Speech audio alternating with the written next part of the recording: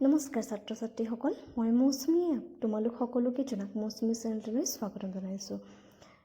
ছাত্ৰ ছাত্ৰীসকল, আজি মই এই ভিডিঅ'টোত হাই ছেকেণ্ডেৰী ছেকেণ্ড ইয়েৰৰ ইকনমিক্সৰ ফাৰ্ষ্ট পাৰ্টৰ ইউনিট 3ৰ এটা ইম্পৰ্টেণ্ট কনচেপ্ট তোমালোকৰ বাবে লৈ আহিছোঁ।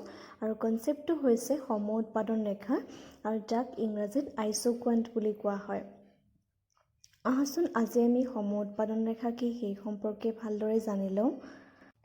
বন্ধু বান্ধৱীসকল, ভিডিঅ'টো আৰম্ভ কৰাৰ আগতে মই তোমালোকক কিছু কথা কৈ লওঁ।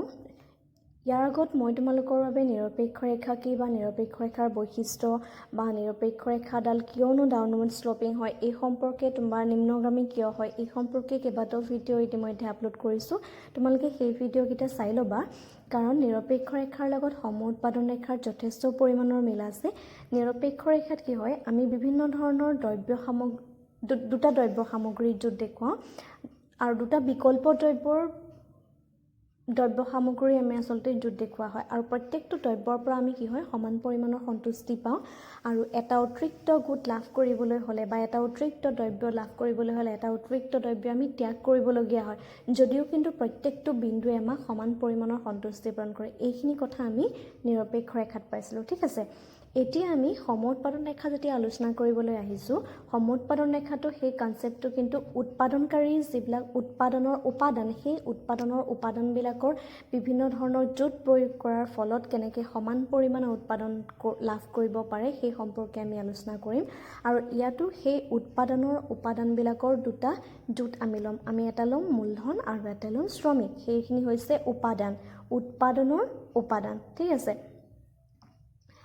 সেই উৎপাদনৰ উপাদানবিলাকৰ পৰা আমি কি কৰিম, সমান পৰিমাণৰ উৎপাদন লাভ কৰিম। কিন্তু সমান পৰিমাণৰ উৎপাদন লাভ কৰিবলৈ যদিও যাম, কিন্তু আমি এটা উপাদান যদি অধিক পৰিমাণে লাভ কৰিবলৈ হয়, তেতিয়াহ'লে আমি এটা উপাদান কি কৰিব লাগিব, ত্যাগ কৰিব লাগিব। আৰু সেইকাৰণে কি হয়, কিন্তু যদিও আমি ত্যাগ কৰিবলগীয়া হয়, তাৰ কিন্তু প্ৰত্যেকটো বিন্দুৰ পৰা আমি সমান পৰিমাণৰ উৎপাদনেই আমি লাভ কৰিম। এই কথাটোকে আচলতে সম উৎপাদন ৰেখাই বুজায়। এটা টেবল আৰু ডায়েগ্ৰামৰ সহায়ত মই তোমালোকক এই ভিডিঅ'টোতে আলোচনা কৰিম, কিন্তু তোমালোকে কনচেপ্টটো ক্লিয়াৰ হ'বৰ কাৰণে কৈছোঁ। আৰু এই ৰেখাডাল কিয় নিম্নগামী হয় সেই সম্পৰ্কে অলৰেডি মই তোমালোকৰ কাৰণে এটা ভিডিঅ' আপলোড কৰিছোঁৱেই, প্ৰতিকল্পনৰ প্ৰান্তিক হাৰ, সেইটো তোমালোকে চাবলৈ নাপাহৰিবা। সেই কনচেপ্টটো জানিলে এই থিয়ৰিটো তোমালোক বা এই সম উৎপাদন ৰেখাৰ কনচেপ্টটো তোমালোকৰ কাৰণে একেবাৰে সহজ হৈ পৰিব। ঠিক আছে, আহাচোন আমি আজি সম উৎপাদন ৰেখা কি সেই সম্পৰ্কে জানি লওঁ।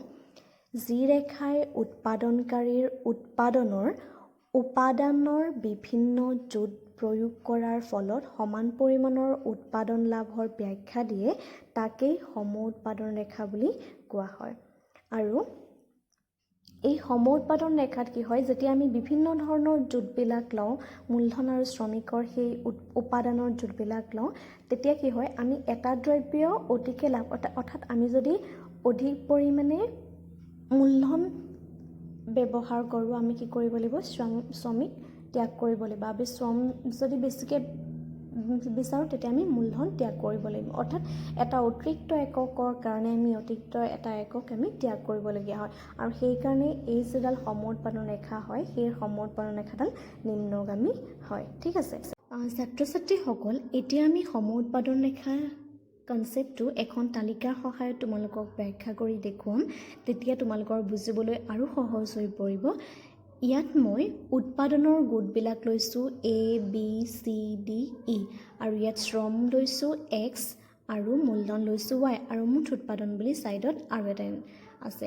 ঠিক আছে, এতিয়া আমি উৎপাদন গোট 8 যদি চাওঁ, তেতিয়াহ'লে তাত আমাৰ শ্ৰমৰ পৰিমাণ 1 ইউনিট আছে আৰু মূলধনৰ পৰিমাণ 12। সেই 1 ইউনিট শ্ৰম আৰু 12 ইউনিট মূলধন থকাৰ জোঁটটোত আমাৰ মুঠ উৎপাদন হৈছিলে 300। ঠিক আছে, আকৌ যদি আমি B ইউনিটটোলৈ চাওঁ, তেতিয়াহ'লে আমাৰ শ্ৰমৰ পৰিমাণ 1ৰ পৰা 2লৈ বৃদ্ধি হৈছে।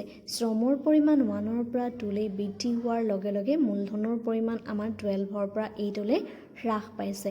তেতিয়াও কিন্তু আমাৰ মুঠ উৎপাদন 300 আছে। ঠিক আছে, আমি যদি C ইউনিটটোলৈ চাওঁ, C ইউনিটটোত কি হৈছে, আমাৰ মূলধন শ্ৰমৰ পৰিমাণ 3 ইউনিটলৈ বৃদ্ধি হ'ল, কিন্তু মূলধনৰ পৰিমাণ 8ৰ পৰা 5লৈ হ্ৰাস পালে, আৰু তেতিয়াও আমাৰ মুঠ উৎপাদন 300 আছে।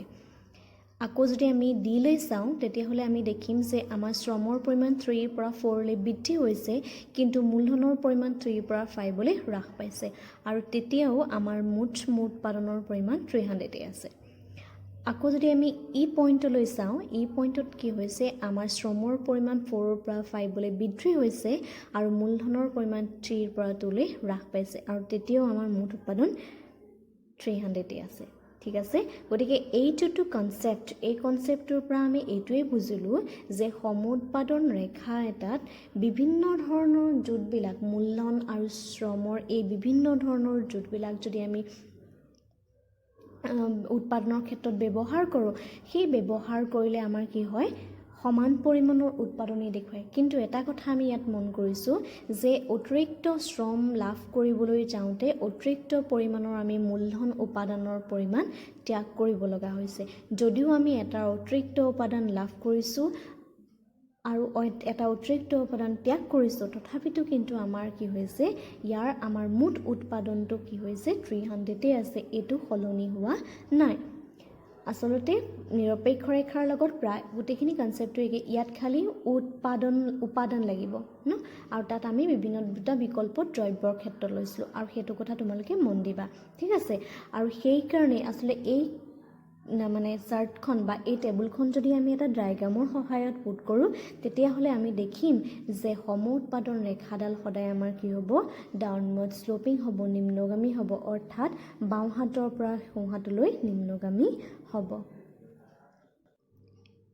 এতিয়া আমি উক্ত তালিকাখনৰ ওপৰত বেছ কৰি পেলাই আমি এটা চিত্ৰৰ সহায়ত নিৰপেক্ষ ৰেখাডাল তোমালোকক মই বুজাম, আৰু একেবাৰে সহজ হয়, খালি মন দিবা। ঠিক আছে, এতিয়া ওপৰত যোনখন মই চাৰ্ট তোমালোকক দিছোঁ, তোমালোকে স্ক্ৰীনশ্বট কৰি চাৰ্টখন লিখি ল'বা, আৰু যেতিয়া নোট কৰিবা তেতিয়া এইখিনি ডায়েগ্ৰামটো লিখিবলৈ সুবিধা হ'ব।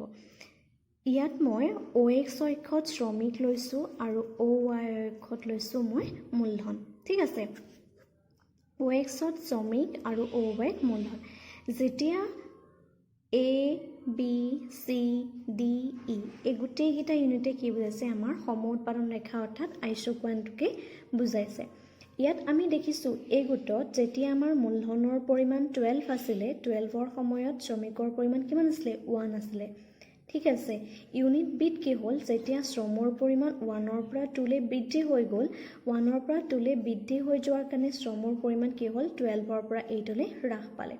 ঠিক তেনেদৰে ইউনিট চিত যদি চাওঁ, আমাৰ শ্ৰমৰ পৰিমাণ 2ৰ পৰা 3লৈ বৃদ্ধি হৈ গ'ল, বৃদ্ধি হৈ যোৱাৰ কাৰণে মূলধনৰ পৰিমাণ কি হ'ল, 8ৰ পৰা 5লৈ হ্ৰাস পাই আহিলে।